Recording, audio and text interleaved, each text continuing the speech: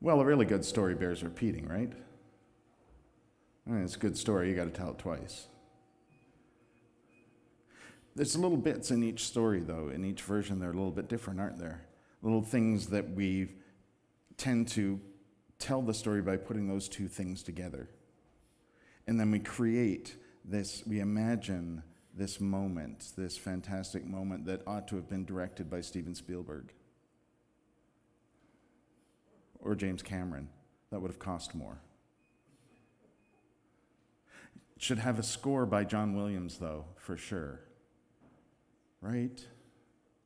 You want something that sounds a little bit like Raiders of the Lost Ark, Star Wars, something like that, and playing in the background. Maybe trumpets, right? It's a big moment. Jesus is taken up in a cloud of glory. It's a great moment. That could be, like that's a Marvel quality. That's Marvel quality storytelling, isn't it? Except we kind of made that all up from that one line about taken up in a cloud. And if you're a first century person hearing this, of course, you would hear it completely differently.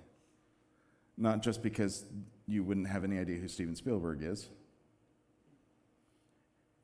Everyone here knows who Steven Spielberg is, right? Please? Okay. But you wouldn't have, right?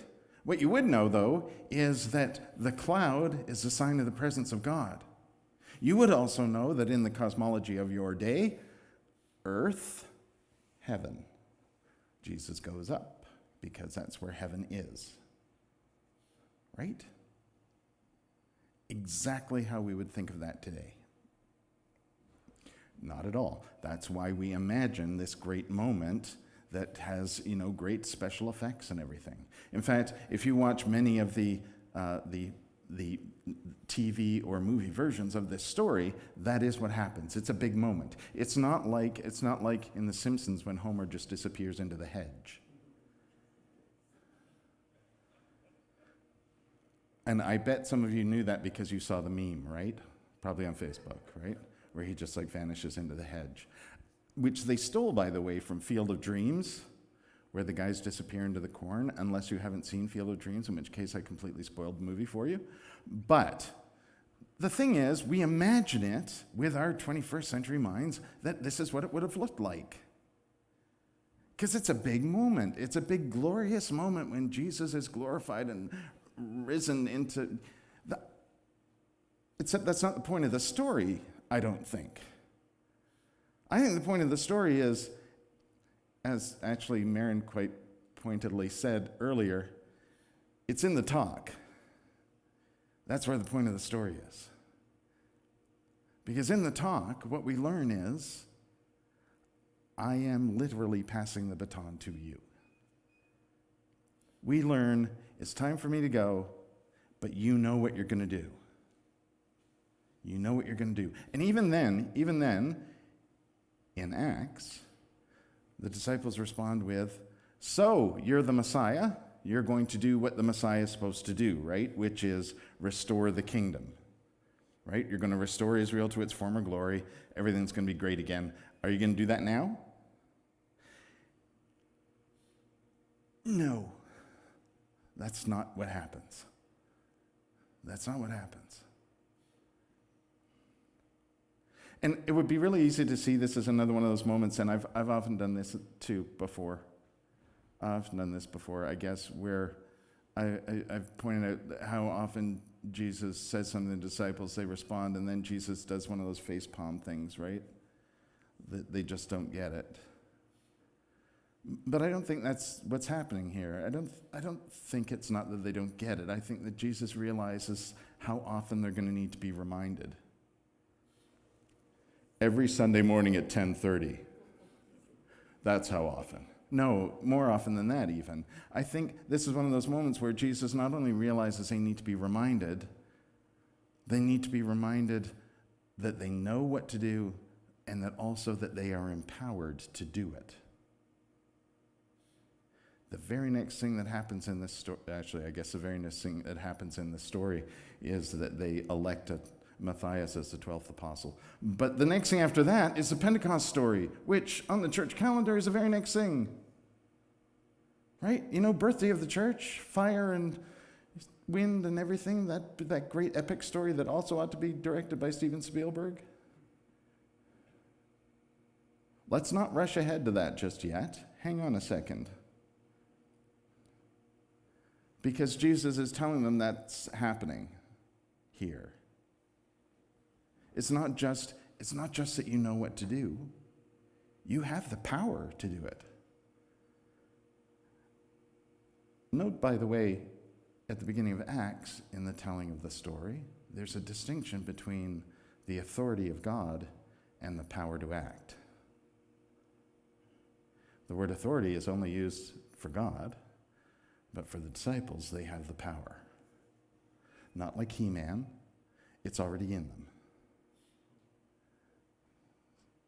Seriously? That just went, okay. Remember the message, was it last week or a couple of weeks ago, when I talked about pop culture references and how often Jesus would have had to explain them too? Yeah. But here's a moment where it's important for the disciples to understand that distinction. Because what Jesus is giving them is not only the wisdom and the way, but also the power to do it. That we are empowered with the Spirit. We're going to tell this story later where the Spirit comes upon them and all of that kind of stuff. But see, I think it's already in them. I think Jesus knows it's already in them. And what they need is that moment of awareness. That's Pentecost. Spoiler alert. But it's already in them. So I am passing the baton to you, and you have the power to do it. You do. Okay, Jesus, we're off to do that then. You go, we'll take care of it. That isn't what happens either, is it? The very next thing that happens in the story is that they stand watching Jesus go, just staring off into space. Is he gone yet?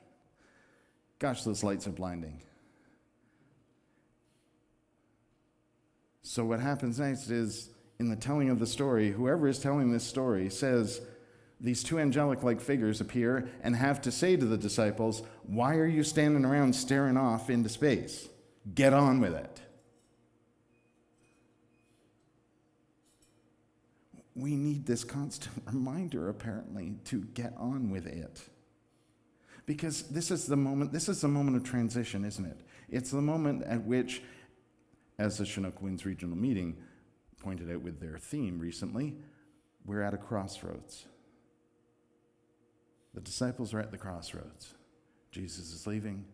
They need to go on. It's the moment. It's the moment. Here's the thing about being at the crossroads. I don't think we're just at the crossroads now. I think we've been at the crossroads for a long time. In fact, I think we've been at the crossroads a very, very long time, long enough, in fact, that two angelic figures ought to appear next to us and say, get on with it. Why are you staring at the crossroads? There is a time to stay in that moment of transition and wonder and think and ponder and do all of those things. But there's a moment at which decisions have to be made and you have to take a step. And you have to take another step and another step, and you have to do. I think this is what's happening in this story. I think the ascension part is wonderful and everything, and there are other reasons why that story might be important. But for us right now, I think the key part of this story is, you know what to do, get on with it.